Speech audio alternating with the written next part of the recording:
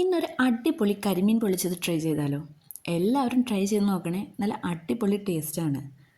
കരിമീനിന് ആവശ്യമായിട്ടുള്ള മസാല റെഡിയാക്കി എടുക്കാം. എരിവിന് ആവശ്യമായിട്ടുള്ള കാശ്മീരി ചില്ലി പൗഡർ, മഞ്ഞൾപ്പൊടി, മുളക് പൊടി, ഇഞ്ചി വെളുത്തുള്ളി പേസ്റ്റ്, ആവശ്യത്തിനുള്ള ഉപ്പ്, അല്പം വെളിച്ചെണ്ണയും കൂടി ഒഴിച്ചിട്ട് നന്നായിട്ട് മിക്സ് ആക്കുക. അതിനുശേഷം കുറച്ച് വെള്ളം കൂടി ഒഴിച്ചിട്ട് മീനിന് പുരട്ടാൻ ആവശ്യമായിട്ടുള്ള മസാല രൂപത്തിലാക്കി മീനിലേക്ക് നന്നായിട്ട് പുരട്ടി വെക്കുക.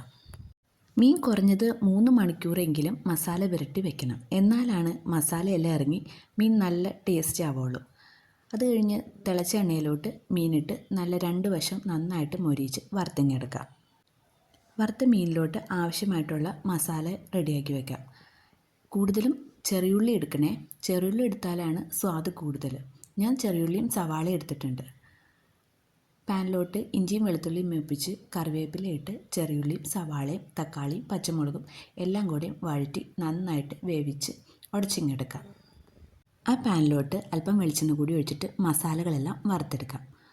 മല്ലിപ്പൊടി, മഞ്ഞൾപ്പൊടി, മുളക് പൊടി, അല്പം ഗരം മസാലയും കുരുമുളക് പൊടിയും എല്ലാ മസാലകളും കൂടി വറുത്ത് നല്ല പച്ചമണം മാറുന്നവരെ നന്നായിട്ട് വറുത്തെടുക്കുക.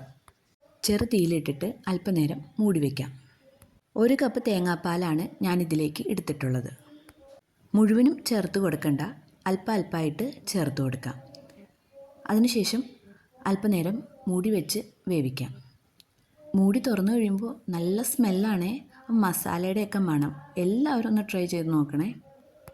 മസാല റെഡിയായി കഴിഞ്ഞാൽ വാഴയിലൊന്ന് വാട്ടിയെടുക്കാം. 2 വശം നന്നായിട്ട് വാട്ടിയെടുത്തതിന് ശേഷം മസാല വാഴയിലയിലേക്ക് ഇട്ട് കൊടുക്കാം.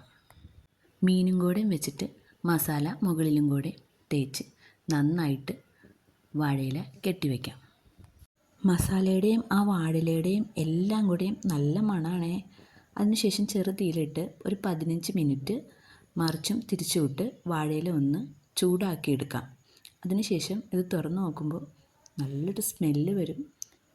എല്ലാവരും ഒന്ന് ട്രൈ ചെയ്ത് നോക്കണേ.